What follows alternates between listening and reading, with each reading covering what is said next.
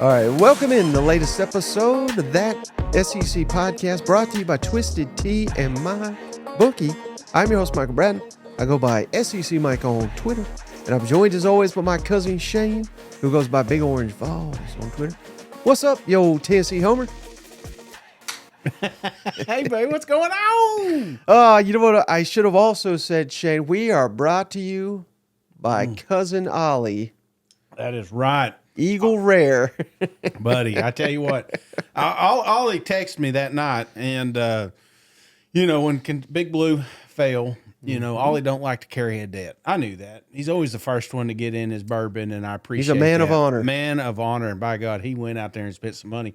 Sent me a picture, like I said, he was at Buffalo Trace. Mm-hmm. Got me a cigar here. Unfortunately, I didn't get to smoke my other one because Tennessee blew that one. But appreciate the cigar. But more importantly, brother, Eagle Rare, aged 10 years, Kentucky straight bourbon whiskey, my friend. Yep, from Buffalo Trace. It is. This is some good stuff right here. This ain't this ain't the grocery store pick up something before you head out kind of thing. Yeah.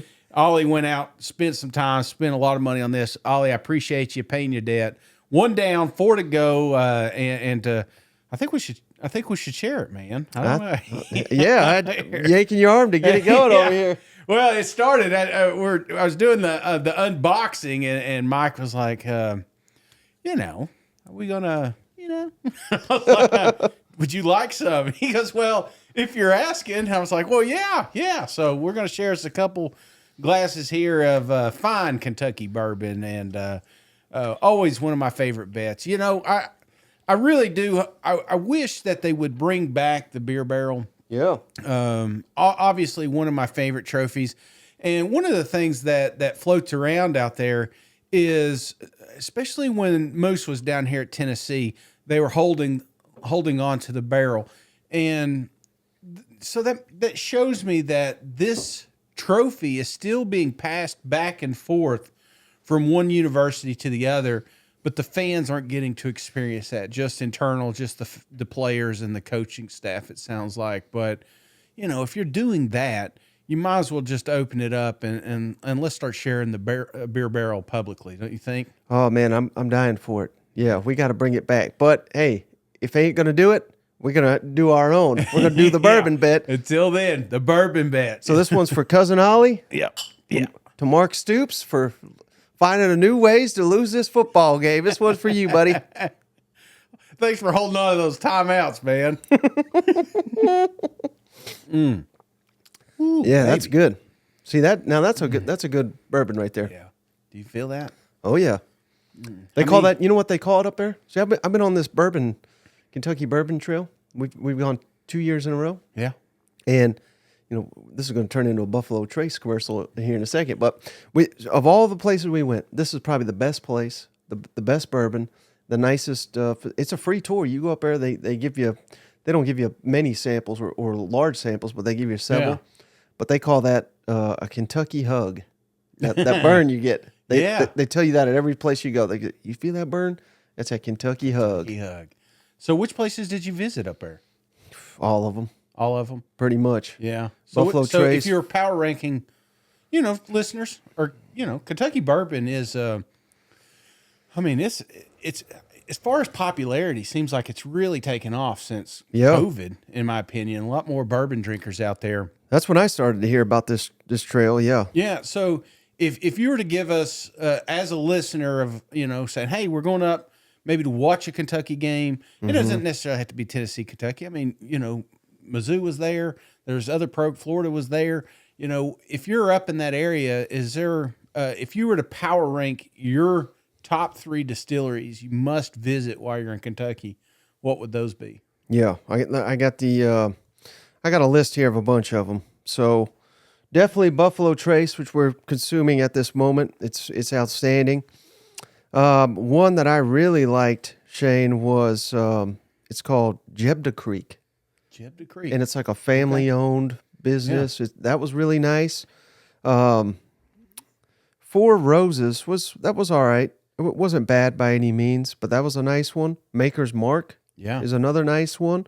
We went up to Lux Row. That one's it's a little kind of fancier. Right. That one was pretty. Oh, wait, no, Lux Row is. Do they charge you for the other ones but Buffalo Trace, or? Because I've not done it. Most of them charge to go in there. Yeah. And they take you on a little tour and they show you the barrels. That's Lux Row. You wouldn't believe it, Shane. They have like Walmart sized buildings. Yeah.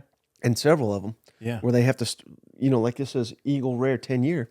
They pour this in the barrel and it sits there for 10 years. And it's not one or two, it's thousands upon thousands. So you got to imagine how many barrels they have and how many years they got to store them. Yeah. And they're putting them in these Walmart-sized buildings. It's pretty remarkable to go see. I definitely recommend it. But what was the one that I really liked?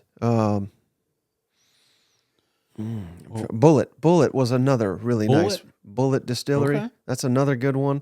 And that's not as fancy as what we're drinking here. That's more of I like Bullet because it's like an affordable, good quality one.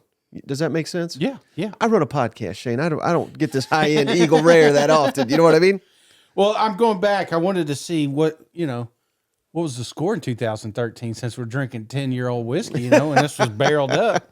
It's 27-14 Vols up there in Lexington. Well, it doesn't matter the year, Shane. We know who won 36 out of 39. You know what? There's a reason that they make the finest alcohol in the United States, Mike. And I will say this, Shane. I wasn't particularly a huge fan of the city of Louisville. Yeah. But really? Oh, well. If you go there, yeah, they do have a nice downtown area. Yeah. And you can hit up like 6 distilleries, 7, maybe even more. I can't remember how many we did that day, but there are several in the downtown area. Yeah. So if you're wanting to knock out several, that would be my recommendation to head out there and check that out. Mm-hmm. But I preferred, and I think you would too, Shane, more of the laid back, out on their own land. That's why I really like Jebda Creek, because you go out there and they got acres upon acres. They got an outdoor concert area, restaurant, and you're isolated and you're just chilling. And that's the same as Buffalo Trace. It's not in the middle of a city, Yeah. Well, I've been to Louisville. I went there once. We stayed at the Galt House, and we went over to Cassius Clay's place, Louisville Slugger, did all that. Okay. Obviously a lot of derby stuff going on up there as well, but the Slugger place is cool. Yeah, we went to Yum Center, checked that out and everything. Garbage school. So, you know what I'm saying? But I will say they know how to cook. Oh yeah, brother. They know how to cook. No, Kentucky I don't think gets the respect it deserves for as far as locations, game locations, and unless you get to go up there and experience, make a week of it, or at least a long weekend of it, and try to get one of those bourbon trails in, or like you said, something. There's all kinds of cool stuff up there in Kentucky to check out. So yeah. But what they specialize in is what Ollie just sent me, and I'll tell you what, that is some fine bourbon, brother. Yeah, no doubt. Well, buddy, we got a show to do. We can sit here and talk bourbon and just drink all People long. Listening are like, wait a minute, right? Is this a knockoff or spin-off on that SEC podcast? Well, we got some outstanding guests on this one, Shane. We got my buddy T-Bob Hebert, LSU legend, former player. He's got like 10 other jobs. Yeah. ESPN, Baton Rouge Radio, on and on and on. Nate Edwards, Rock M Nation, preview Missouri, Georgia.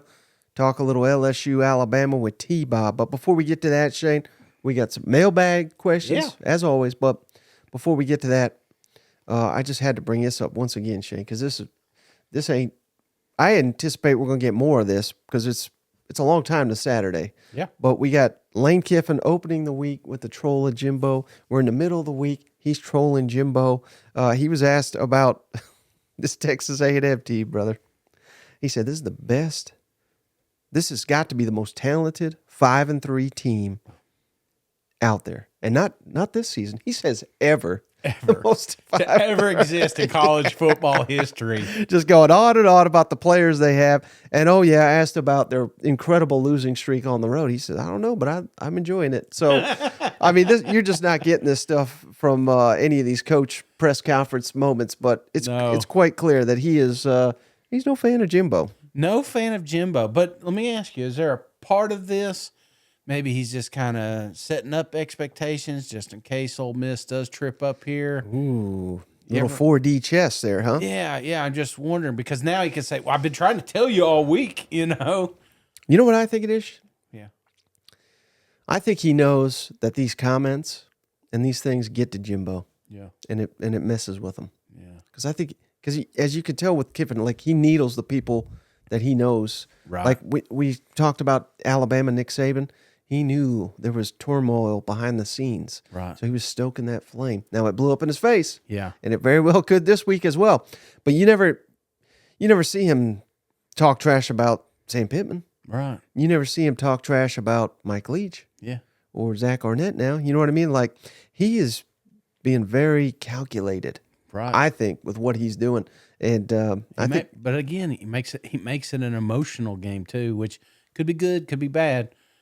Bad means like no foot off the gas. They're blowing you out, and that's what happens in some of these emotional games. Right. You just throw the analytics out. So, man, I don't know, man. This game is quickly moving up the intriguing list. And what's funny is if things had gone well for Texas A&M, this may be one of the games we're leading off.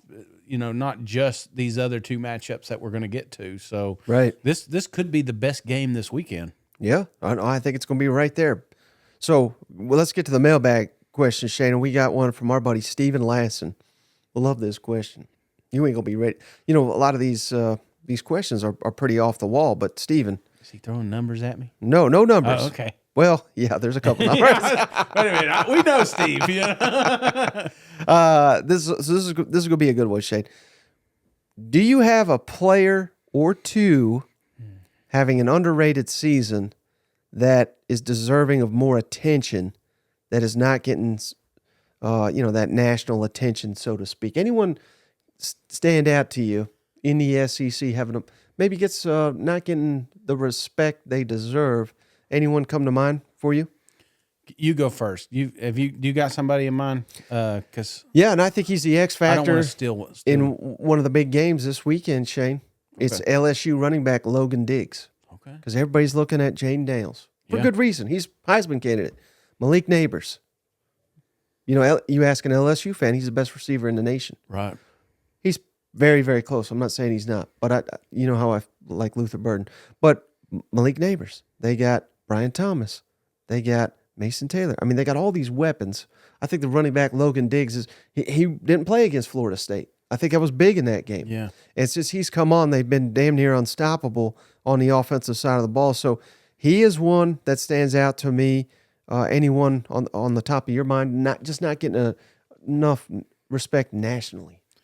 Nationally, and I think it's just a product of the situation is Tennessee's running back room, man. I mean, you look at the numbers, and no Tennessee Vol is leading the country in rushing because there's three of them back there. Yeah. They play the hot hand, and all three of those guys can be starters for a lot of programs that are in the SEC right now. Mm-hmm. So, Wright, Small, Sampson, I think, you take one of those guys and you move them somewhere else, or you just give them all because one week it's all right, and then next week it's not. It's right. So I'm giving the whole fresh room absolutely of the Tennessee Vols and what they've been able to do, and even games where there was no passing. It was everybody's dialed in, the box is loaded, and those boys still found a way to move the chains. So, how about this one, Shane? I got another one that came to mind, and I gave this guy a hard time in the offseason. Yeah. And it was nothing personal, but you got to pick someone last in all your rankings. Yeah. There's always one. How about Graham Mertz for Florida? Where would Florida be without Graham Mertz? Yeah. And I'm not saying he's the best quarterback in the SEC or anything. He does, he's got an incredible completion percentage. I think a lot of that has to do with they don't push the ball down the field, but he's completing what's asked of him. Yeah. And Florida, I think, they probably have a losing record without Graham Mertz and the way he's been playing. He won them the South Carolina game. He was very efficient against Tennessee, particularly on third downs. I don't think he's getting enough respect nationally for what he's doing. Yeah, no, that's a good one, man. And speaking of quarterbacks, my last one here, we got two monumental games coming up this weekend, and that really could change the entire landscape of SEC football this season. And the quarterback they're talking least about is Brady Cook. And I would say that he is another one that should be on this list. This is a guy that even some of the fans shit on at the start of the season that really has taken a step forward and become a X factor for that program, and kind of the reason why we think that this may be a ball game this weekend. So you do that by just growing with your boys, and that's exactly what he's done. He's been very impressive. From what I thought week one to here, just the progression in this season alone, the guy has taken some big steps forward. I got one more for you. Yeah. The Hitman. I don't even know if that's his name, but we've given it to him. Landon Jackson down there at Arkansas, defensive end. Because Arkansas is struggling, everybody that doesn't follow it thinks, oh, they're just awful, blah, blah, blah. But they're not seeing that the defense made huge strides. Yeah. If we just had a competent offense, and it sickens me to even say that, because all offseason we said, if we just have a competent defense, this is going to be a winning team. But it's reversed. It's the offense that couldn't get going without Landon Jackson. And he's not doing it all himself, but he has stepped up big time for the Arkansas defense. And I don't think he's getting enough respect nationally. Those are good, man. Yeah. We could pick a couple more diamonds in the rough. We keep drinking beer and whiskey here, All right, how about Ashley? Who would be real good? All right, how about Ashley? Big follower. Gator fan. Which fan base do you think wants their coach fired the most? I mean, that's a good one right there. You know what? Wants their coach fired. I mean, we were talking to a Mississippi State fan today. He was be happy to get rid of Zach Arnett. Yeah. Well, I mean, that's just one fan though. But I don't know. Is it Mississippi State? I went on a Texas A&M show today, Shane, and they were like, "We hear you, but schedule's tough next year. We're afraid if he leaves, all these players are going to jump into like they're making the excuses for him. Connor Wigman got hurt. What if he didn't get hurt? So it seems like the Aggies are kind of circling the wagons around Jimbo for some reason, but I don't know. They are, man. I told you. There's half Texas A&M is like in the SEC, like they're out, they're done. Right. Let's get a new coach, and the others are, that's just the standards just real low or something. I don't know. I don't get it. I don't quite understand it, but it's kind of funny because you asked fan base, and if I'm polling the fan base, I think Mississippi State's leading the pack here. More than Arkansas? Yeah. Because I've seen some people out Arkansas's on Sam. there, but there's still a lot of people that really like Sam, ourselves included, Right. Now, if this podcast was picking the next coach to get fired, it's Jimbo Fisher down there in Texas A&M. Should have already been fired. Absolutely. No threat. He's not coming to my booth. He's not coming to our booth next media days, even though we'll be in Texas. We welcome Sark to that booth. Absolutely. All right, how about this one? An Aggie right here, Trevor Garza. Yeah. From Houston. I like that he said, I'm an Aggie from Houston. He spelled it out for me.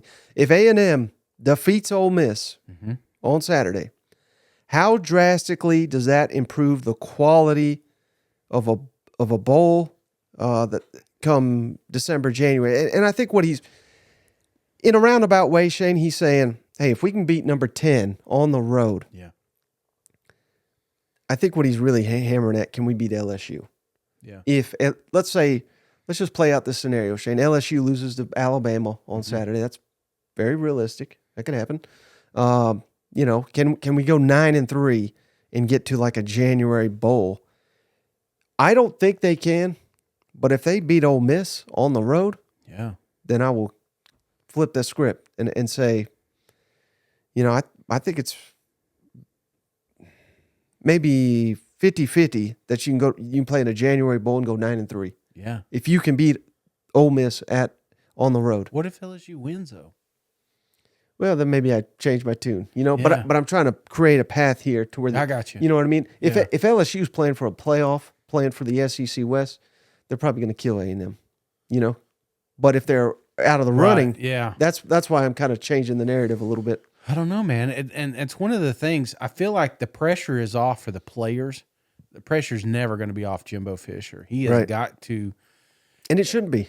No, I agree. I totally agree. And I'm not saying that Jimbo should win out or anything like that, but, Ole Miss, LSU, those games you cannot get destroyed in, And if you find a way to win those, then you ain't getting fired. If you go out there and you beat Ole Miss, top 10 team, you go out and you beat LSU, top 4 probably team, top 5 at the time, then how can you fire Jimbo Fisher? Because you're beating contenders for the college football playoff. So with a backup quarterback.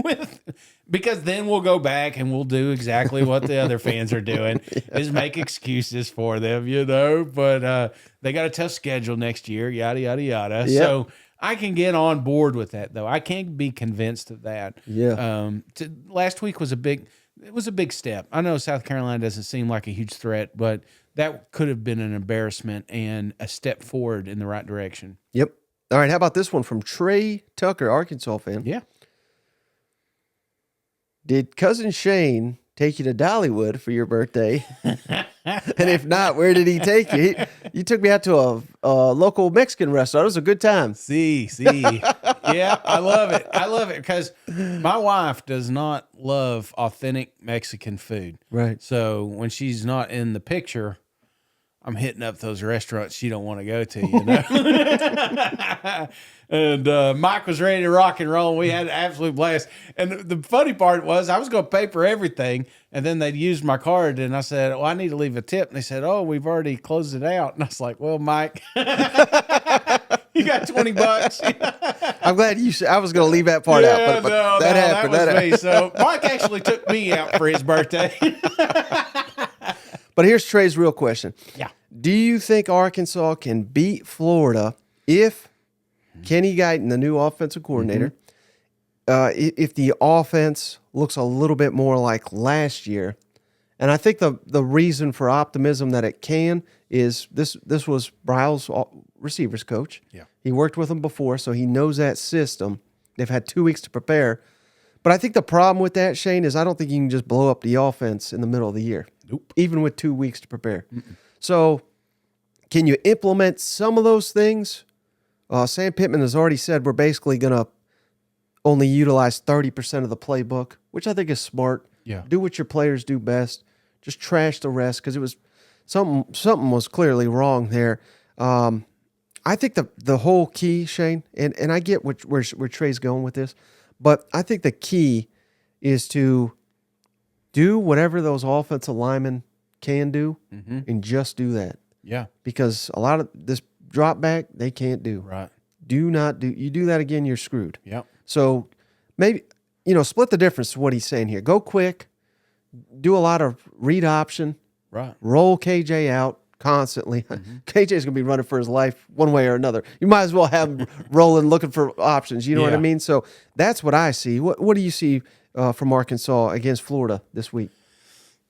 There'll be a few more new wrinkles in this offense, but like you said, they're not throwing out the playbook. You can't. There's time will not allow that. You know what I'm saying? Right. So I have I been down this whole time? Yeah, that's all right. Nobody's listening to me anyway. I'm just thinking when you're doing this, Mike, it's like it's got to be more about the locker room, and I feel like I think if Arkansas is going to win here, it's going to take this unit as a unit going down there and saying, hey, let's play some fucking football. You know what I'm saying? Yeah. Let's grip and rip. And I think as an offensive coordinator, there's a handful of these plays that were implemented for a little bit conservative, maybe hold back.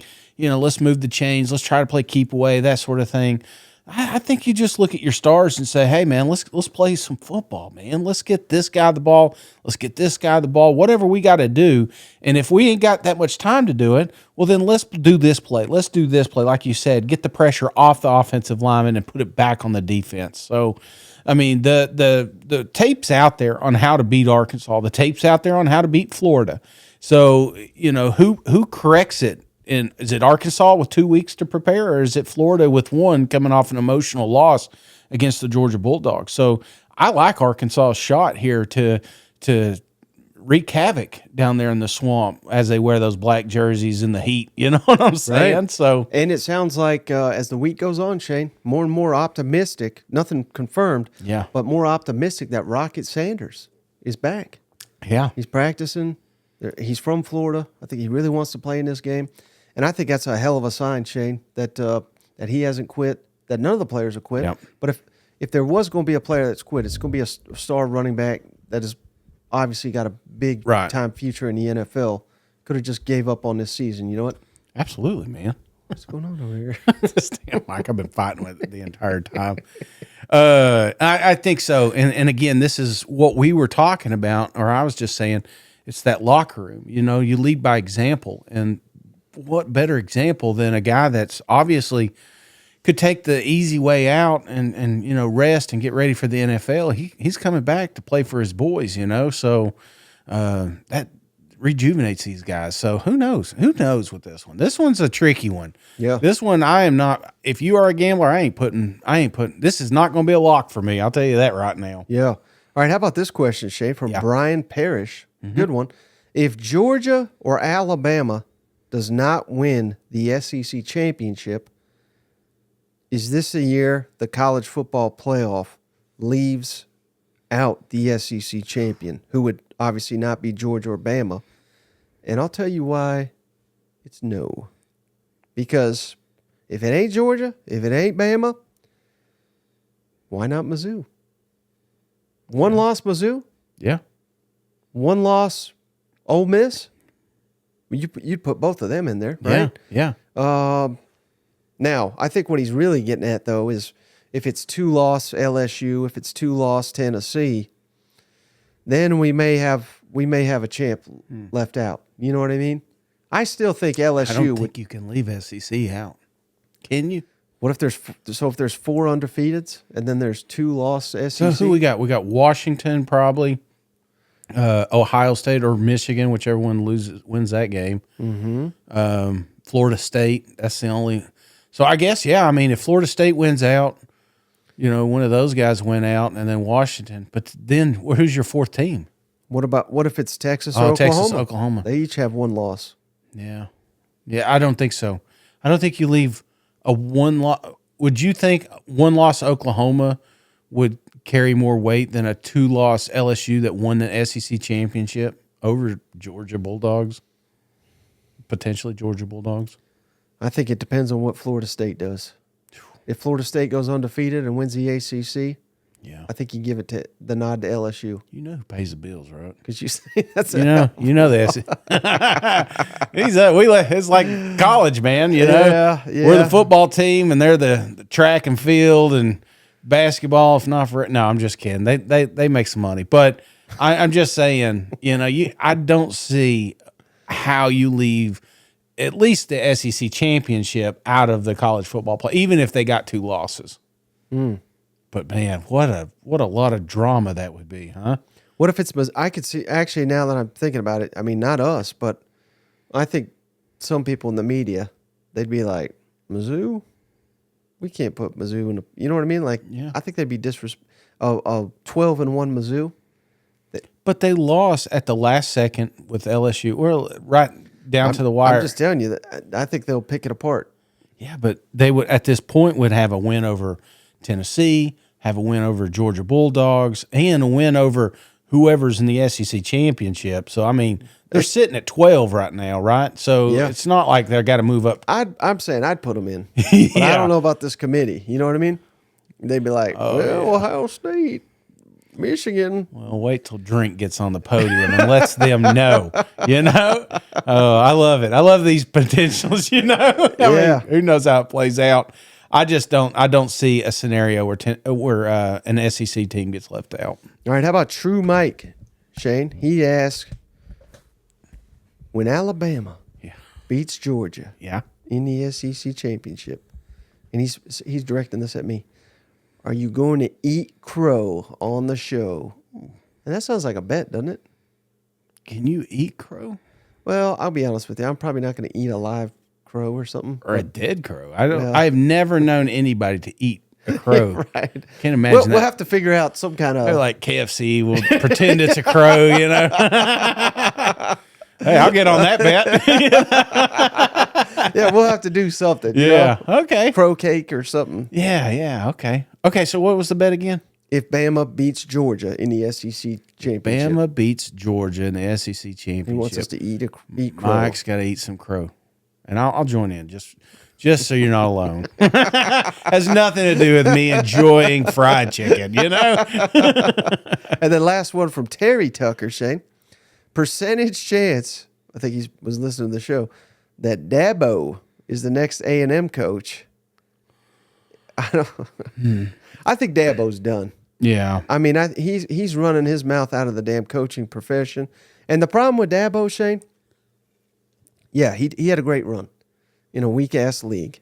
And, yeah, he beat Bama a couple times, so we can't say there was, like, illegitimate titles. I'm not saying that. But, I mean, he had some great quarterbacks. Great quarterbacks. And he had one hell of a defensive coordinator, Brent Venables, who now has turned Oklahoma around in 2 seasons. So, I don't know. And he doesn't embrace NIL. He hates NIL. That does not sound like a mix with A&M, particularly when Texas, they're just as invested. Yeah. So we're going to have one program that's all in on NIL. We got Dabo over here saying, you know what I did 10 years ago? Who's that sound like? It sounds like the damn coach they got now. Yeah. Minus the NIL. I wouldn't touch him with a 10-foot pole if I was A&M, would you? No. So I'd say 0%. I won't say 0. I forget A&M. I think there is less than a 10% shot that Dabo takes any job in the SEC once he's out of Clemson. I feel like that would be a scenario that it would be best to go to the other coast. Maybe grab one of those UCLA gigs or something like that. You know what I'm saying? Yeah. I don't see it. And honestly, I don't see them getting rid of him either, you know, short of him. I mean, you could see he's imploding a little bit. Yeah. You know, the comments are a little bit fiery, but again, he has won a lot of games over there, and you know, you got to ask, well, who's going to take that job, you know, unless Dion wants it. Nah. But all right, Shay, so that's all the mailbag we got. Let's kick it over. Outstanding interview with my guy T-Bob Hebert. Talk about this LSU-Alabama matchup, and man, he's fired up on this one. And speaking of fired up, if you're not familiar with T-Bob and you got kids in the car, you may want to mute this one and listen to it at your office or something. we like to throw some words out there, but, you know, his free spirit is why he's so popular down there at LSU. Okay, we are joined for the first time on this show by LSU legend. Could we call you that? A legend, T-Bob Hebert. What's up, brother? Mike, what's it? Look, man, I don't know. I mean, look, how many other 2-time scout team players of the week do you know on the 2007 LSU 2-loss national championship team? I would say that's legend status. For those that don't know, me and Mike have been doing a ton of work together on Rivals Down South. It's so much fun. I'm so glad that they asked me who, because it's supposed to be with AJ McCarron. He ends up going to the NFL. They're like, well, who should we get on there? I was like, well, there's this guy, Mike. He's like really good at talking about the SEC. And it has been a real pleasure. The only thing that bums me out is that the timing's also tight, that we don't get to really like hang out or talk more during the breaks, because everything I find out about you, we feel like kindred spirits with our like love of movies and the SEC and everything. So yeah. I am very, very, very happy to be here, Mike. Well, another thing we have in common is our hatred for Alabama. So what's the path to victory for LSU this weekend? Am I allowed to curse, Mike? Absolutely. Okay, because good. Fuck them. That's the path, okay? Fuck them. Fuck them all. I'm so sick of Alabama. You know what the path is? Go light their ass up for Jaden Daniels for 400 total yards and 4 or 5 more touchdowns.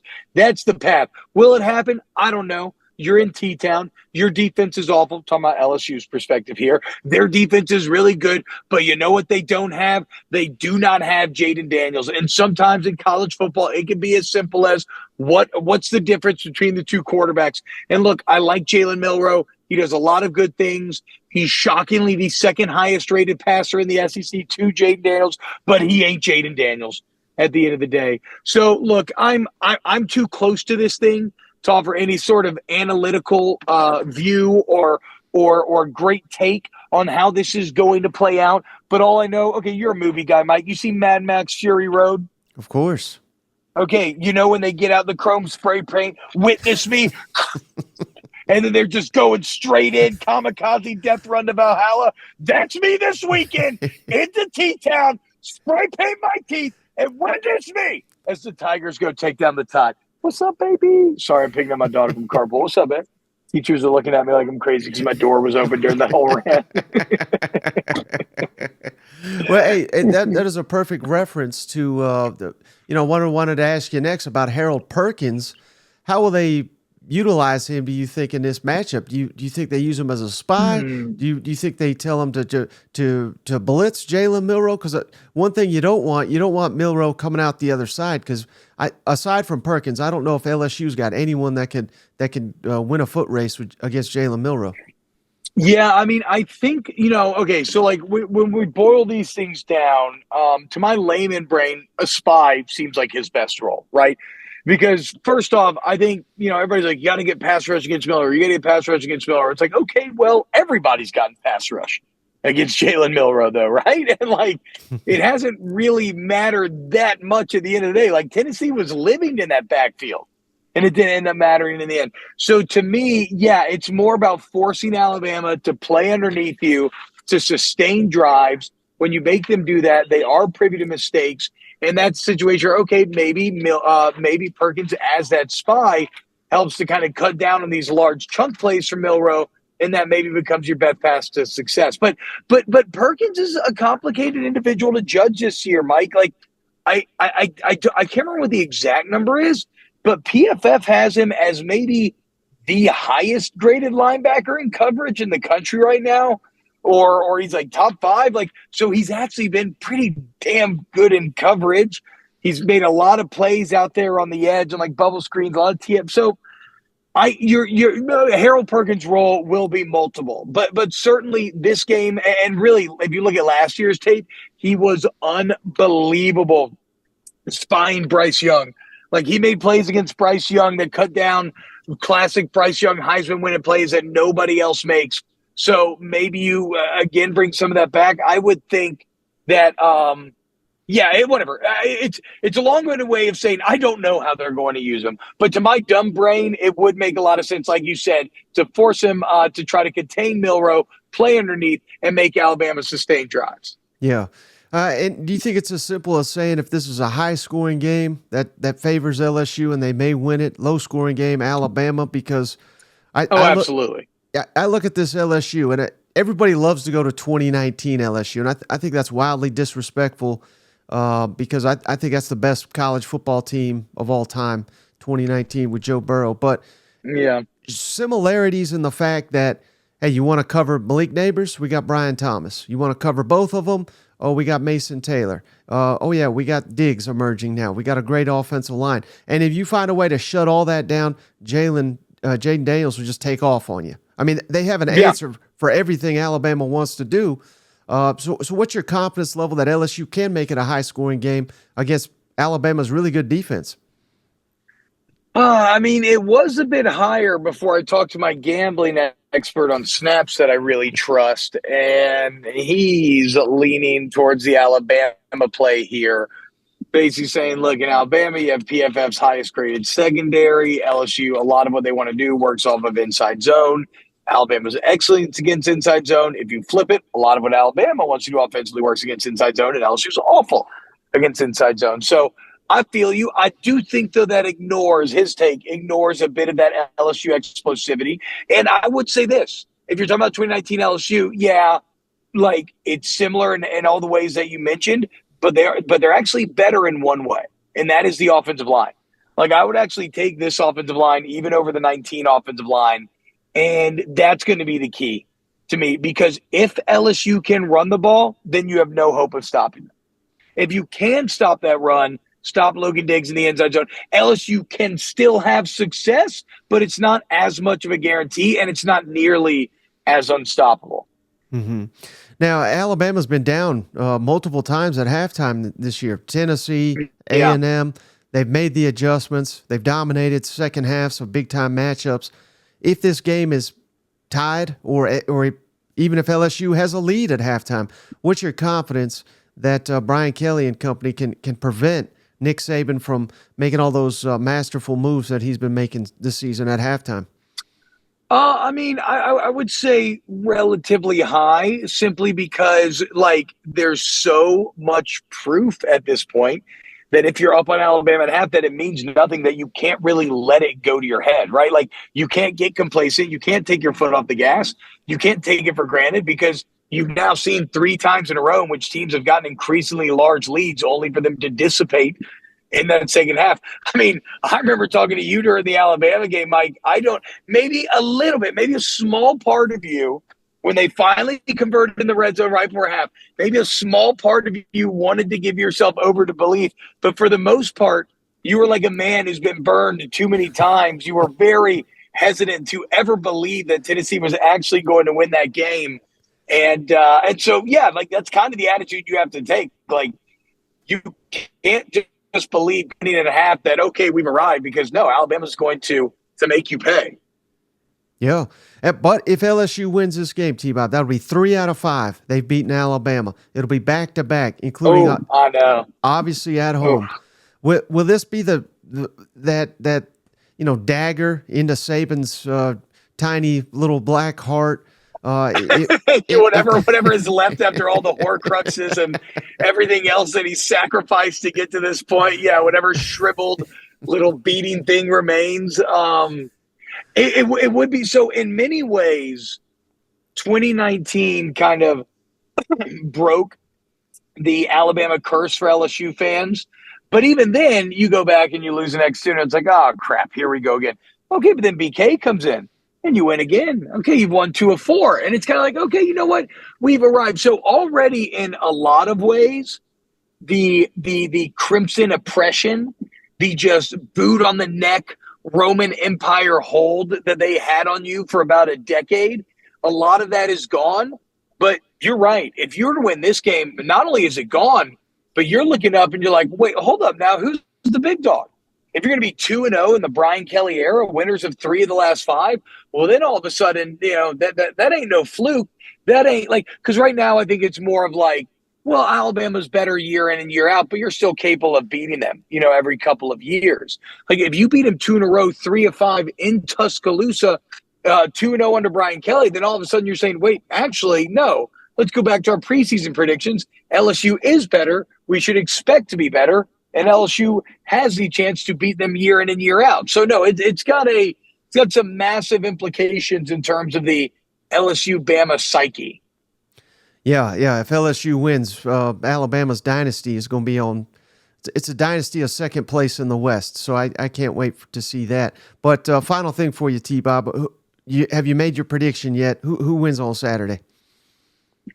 Okay, so this is again where I'm too close to the case, and when you love something, there's almost an imperceptible line, like we said, to hate, right, and to pessimism. And so, analytically, I believe the weakness of LSU is so great, whereas compared to the weakness of Alabama, like, if you're only as strong as your weakest link, LSU's weakest link feels way weaker than Alabama does, right? And so that the fact that the game is in T-Town will lead me to say that I think that Alabama probably pulls off a close one. But guess what? I don't got to be an analyst with this game. I can be a fan. And so I say, F that. So like I said, we're spraying chrome, balls to the wall, kamikaze, leave it all on the line, go beat the hell out of the Tide, make Crimson cry. I want to see all those sad Surrender Cobra Alabama frat boys that are going to be somehow trying to explain to their girlfriend why they can't get it up later that night because they're so sad about the Tide losing. That's what I want to see, and that's what I expect to see Saturday night, Mike. All right. You're the best, man. I really appreciate you, and I guess I'll be seeing you tomorrow, man. Hold on, boy. How's it been going in the Tennessee circles, enjoying that Kentucky win this week? Been feeling pretty good?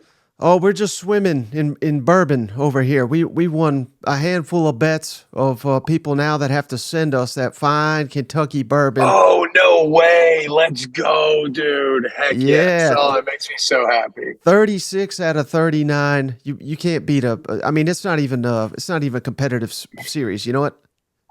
I was very happy for you, dude. I was actually watching the game on my phone, putting my daughter to sleep the other night, like, yes, like cheering quietly. Well, hell yeah, Mike. I will see you tomorrow, man. And you have a great weekend. Tell Cousin Shane I said what's up. All And right, brother. y'all take it easy. All right, man. Thanks again. All right, so appreciate you, T-Bob. How about, I think that's our first carpool interview. We've actually done a podcast. I don't know if you remember this. You were at the Wendy's drive-thru. No, it was Burger King. Oh, okay. Yeah. We've done Burger King, but we've never done the carpool lane. No, I was there. I was like, it was so funny. I thought I hit mute when they were asking me if I wanted any sauce for my chicken fries or whatever it was. Oh, we come a long way, Mike, ain't we? In some ways. But hey, we got one more outstanding interview. My guy, Nate Edwards from Rock M Nation, to preview this Mizzou Georgia matchup. Cannot wait for this one. All right, so hey, one of our favorites back on the show, Nate Edwards from Rock M Nation. And hey, we were just talking off air today. I mean, what a season it's been, and the best could be yet to come here this weekend, traveling down to what used to be number one. Apparently, I guess it's number two, according to the playoff committee, but the Missouri Tigers. What's just the reaction from your fan base? I can only imagine how elated they are with this season up to this point. Yeah, man. I mean, we're 7-1. We're 12th in the college football playoff ranking. We beaten Kansas State. We hung with LSU. Beat the heck out of Kentucky and South Carolina. We're doing great. I mean, we're doing so well that we're arguing with each other on social media about whether we should go to the Tennessee game or go deer hunting instead. So like we're in a really good spot, and it's a special season. They don't come around all that often in Columbia, Missouri. This is easily the biggest game in 9 years since Missouri took the field against Alabama in the 2014 SEC championship game. And there's a lot of tension, a lot of anxiety, but a lot of excitement. And we're ready to play, man. We're ready to play. Yeah, so obviously I want to talk some Georgia here with you, but before we get to that, Nate, I'm just curious. What's the bigger surprise to? Let's go just with you here, Brady Cook and his emergence, or Cody Schrader in his emergence, he's second in the SEC right now in rushing yards. I mean, it's really both, but like if you asked me, I would say it's Cody Schrader, and it's because we spent all of last year assuming that something was wrong with Brady Cook. And the worst of Mizzou fan base is like, well, this is all he's ever going to be, just a Brad Smith runner with a pop gun of an arm. And so it was like, all right, well, I mean, at least he's got that, right? At least he's got something that he's really good at. And Cody Schrader last year was just like, man, he needs so much blocking. He doesn't really create. If he does get out in the open, he's the slowest dude on the field. Like it was a great story and we loved him. It's just, you always wanted like, okay, so who's the next guy up? And I will be the first to admit, I felt that all of last year. And I've even still felt that at times at the beginning of this year. That dude, I don't know what's in him. He is built like a bowling ball. He is 5'9". He is 220 pounds, and he just does not stop. And now that he's got not the best offensive line in the world, but a better one that can run block a little bit better than last year, all of a sudden he's creating, he's grinding, he's thumping. Then he breaks one for 36 out of nowhere, and then he does it again. And I did not see that coming from Cody Schrader when he committed as a walk-on from Truman State as a transfer. Did not ever imagine him leading at any point in the SEC in the rushing yards or even being in the top 10. And here he is, proving me wrong. Pride of Lutheran South and St. Louis. He's been great. Yeah. Well, also, I think you could argue Eli Drinkwitz has been pretty great himself. Is he? I mean, you may be a little biased, but I like having you on because you are not like just this crazy Mizzou homer by any means. But I mean, is there any other candidate for SEC Coach of the Year than Eli at this point? I know some people make the argument for Kirby Smart. I don't get that one at all. But to me, at this point, it's Eli and no one else. Yeah, I mean, I know I got the logo on, but I do like to think I'm a rational thinker here. Here's the difference. What does SEC Coach of the Year mean to you, just the royal you? And ask yourself while you're listening to this, what does that mean? Is it being the best, having the best team? Does it mean winning the championship? Does it mean doing more with less? And for me, now I'm a Mizzou fan, I always feel like the Coach of the Year should be the guy who's doing more with less or had nothing expected of him and his team.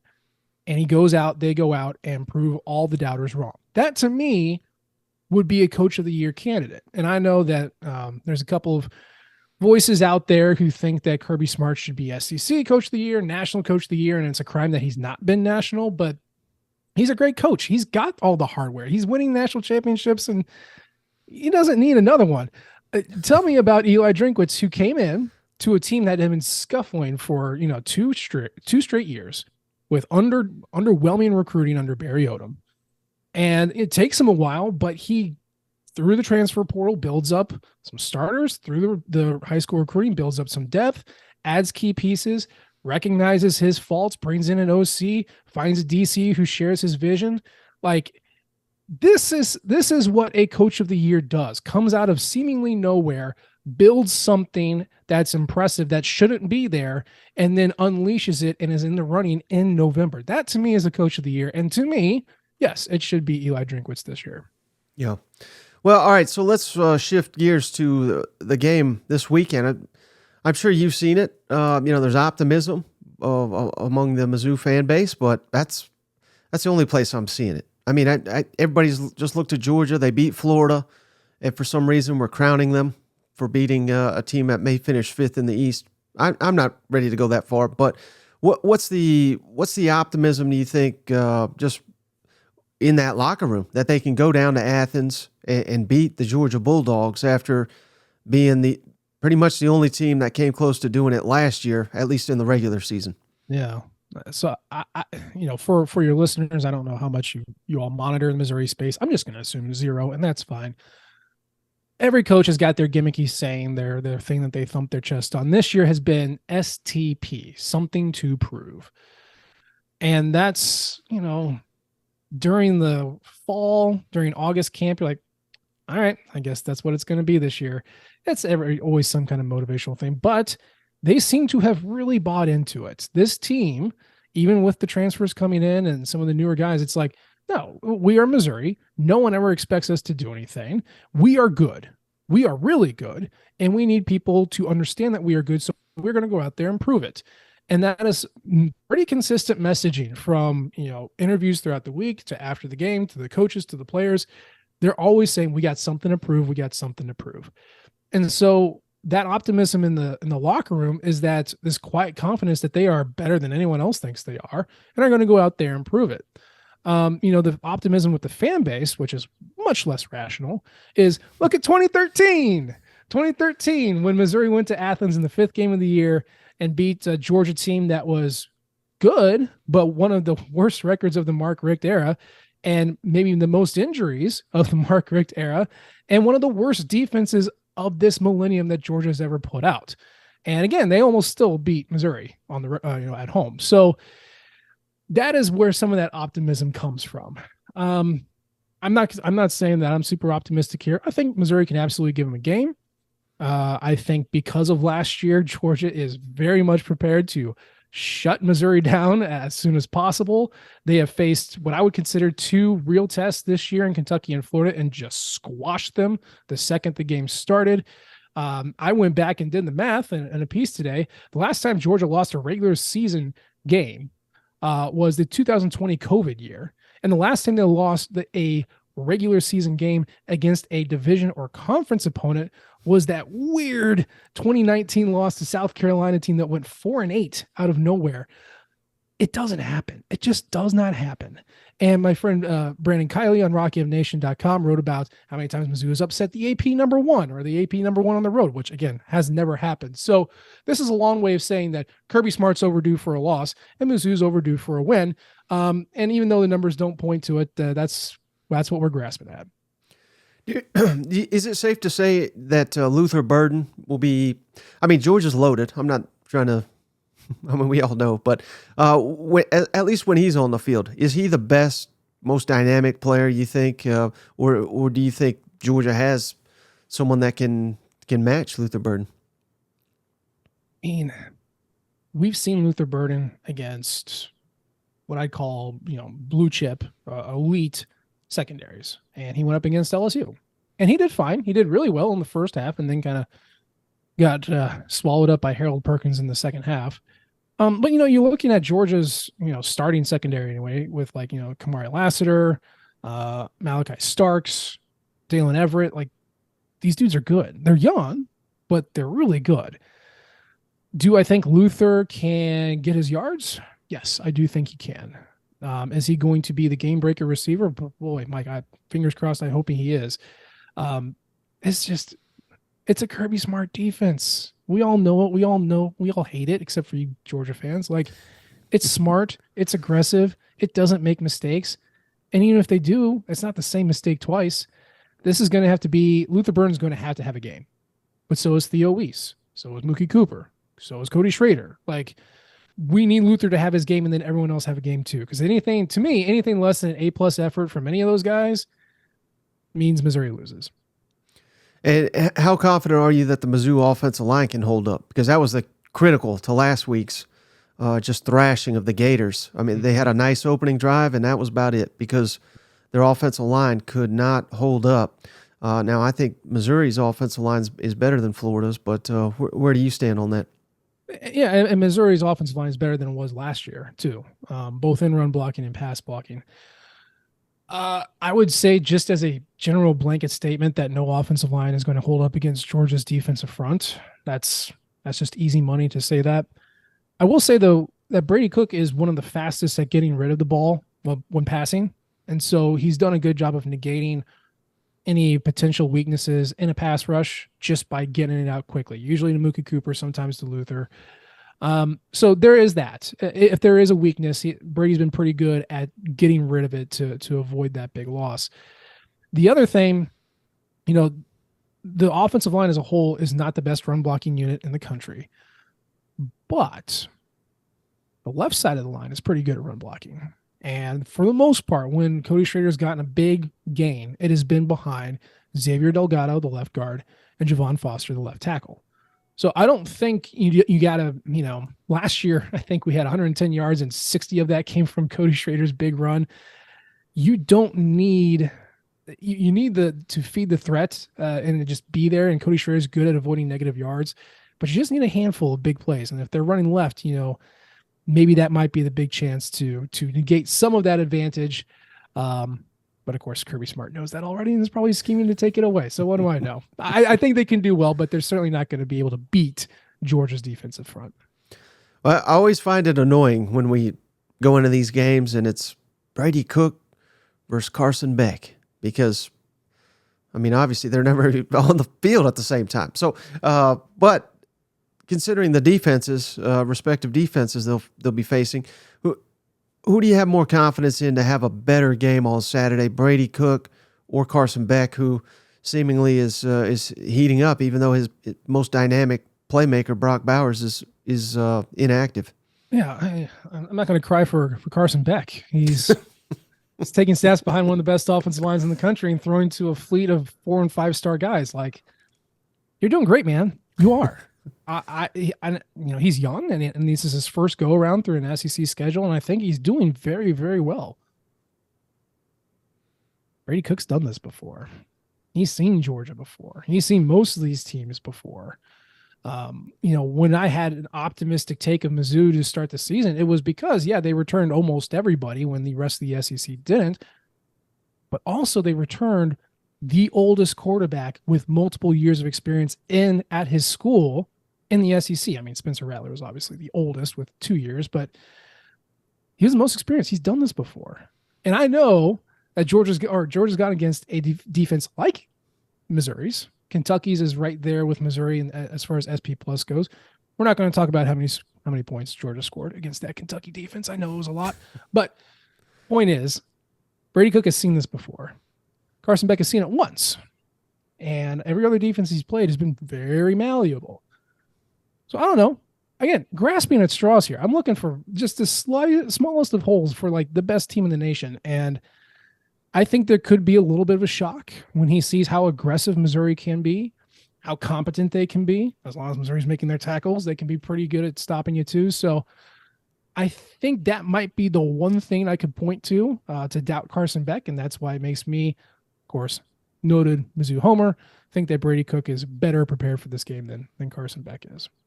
What's the recipe for Mizzou to go on the road and pull off this? What would be a massive is probably too strong a word, but let's not kid ourselves. They're an underdog for a reason. What's it going to take if you could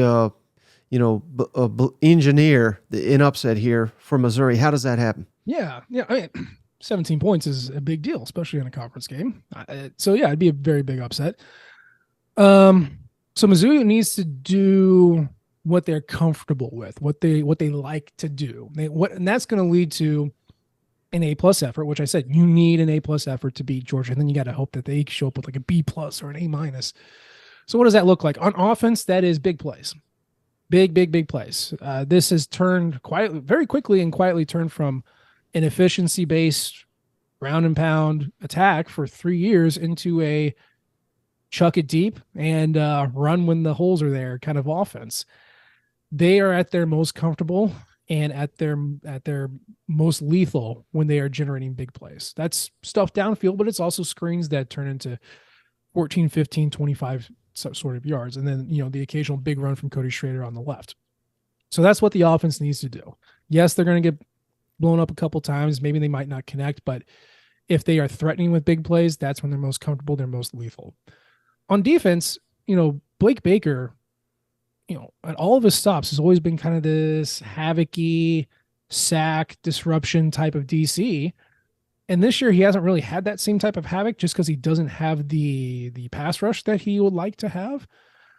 So for most of the year, it's been just like kind of this amoeba competent off defense. And like sometimes they've had really bad tackling days and it's been a rough defensive day, but that havoc's starting to come back. Chris Abrams-Drain is picking off passes, and this Rakestraw is knocking them away. You're seeing a little bit more pressure, a little bit more sacks. Now, granted, South Carolina and Kentucky aren't the best competition. I understand that, but you're starting to see that come back.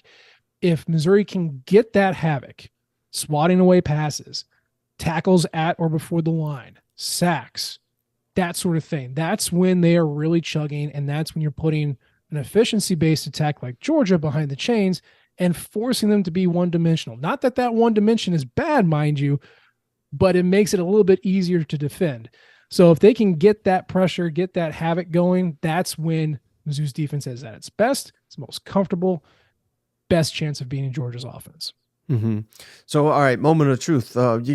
What's your prediction for this game? And I'm not putting this out till Thursday, so I don't want to ruin your official prediction or anything like that. But have you made who's winning this game? I wish I was more confident in this game. There's no piece of evidence that I can look at that says, yeah, Missouri's got this. Now, I think Missouri can absolutely hang. I think they can absolutely scare the heck out of them for 3-4 quarters. And that's what you're really looking for. Get it to the last, 5 minutes and hope that something breaks your way. And at the end of the day, though, I'm going to say they have like a 24%, 25% chance of pulling off the upset. I think the most likely outcome is probably something like Georgia 35, Missouri 21, something like that. And maybe, the dam breaks in the fourth quarter and a couple of turnovers go wrong for Mizzou and Georgia kind of pads the lead and then just kind of sits on them for the back 10. So that's kind of what I feel like the most realistic, most probable outcome is. In my tiny little Missouri fandom, heart of hearts, I'm thinking, oh yeah, it's going to be like 42-38. It's going to be great. But if I was a betting man, I'd say, yeah, probably like 35-21, something like that. Yeah. Well, I keep hearing all these dogs, Nate. They say, Mizzou's not faced a defense like this, which is true because Georgia's that elite. But I would say it's just as true that Georgia's defense has not seen an offense like this. So strength on strength. Can't wait for this matchup. Really appreciate your time. Before you go, can you tell my audience where can they follow you and where can they find your work? For sure. Yeah. So rockmnation.com, everything Missouri football and Missouri basketball, now that that's starting back up. But obviously I just cover the football. You can follow me at Twitter. I'm at Nate G. Edwards. I am on the Blue Sky, also at Nate G. Edwards. I am on Facebook, LinkedIn, wherever you want to go, Nate G. Edwards. It's all basically the same there. You can also find us on podcasting. We are Rock M Radio under the Rock M Nation podcasting outlet. My show is called Before the Box Score. We talk about football all the time. A lot more during the season, of course, the off season too. And just come check out the website. Hey, you might be a South Carolina fan and hate my guts. You might be a Kentucky fan and still be sour about a couple of weeks ago. We try to be reasonable. We try to be nice people. If you come over, we like to talk about tailgating recipes and talk about how great it is to visit all the other SEC cities. So it's a great place. You can find me there. We'd love to have you. Yeah, it's my go-to Missouri podcast. So I can't thank you enough, and can't wait to talk to you again. Thanks, Mike. Appreciate it. MIZ. All right, so just want to say thanks, Nate, for joining the show. T-Bob, double whammy here. Absolutely. Great episode here. Hopefully I can fix what I screwed up before. But any closing thoughts before we get out of here? No, man. This was again, it's bittersweet, I know it's getting to the end. We're in November, and you guys know what that means. But it also means that we're up against some pivotal matchups. Yeah. And it's like this weekend is going to break some fan bases, and it's going to make some, and I've been part of a championship run, 1998. I'll keep reliving it. But if you're a part of that run, you look back in games like this weekend and say, well, man, if we were this close, or if this didn't go our way, we never would have got to this game. So that's what I love about it. We're kind of funneling it in, and it's serious football time, brother. Yeah, they remember what you do in November. Absolutely. And a lot of fan bases are going to be remembered this weekend. Absolutely. Well said. All right, so I put it on a T-shirt. I appreciate you, buddy. I appreciate each and every one of you for hanging out. We'll catch you on the next one. See you guys. Go Vols.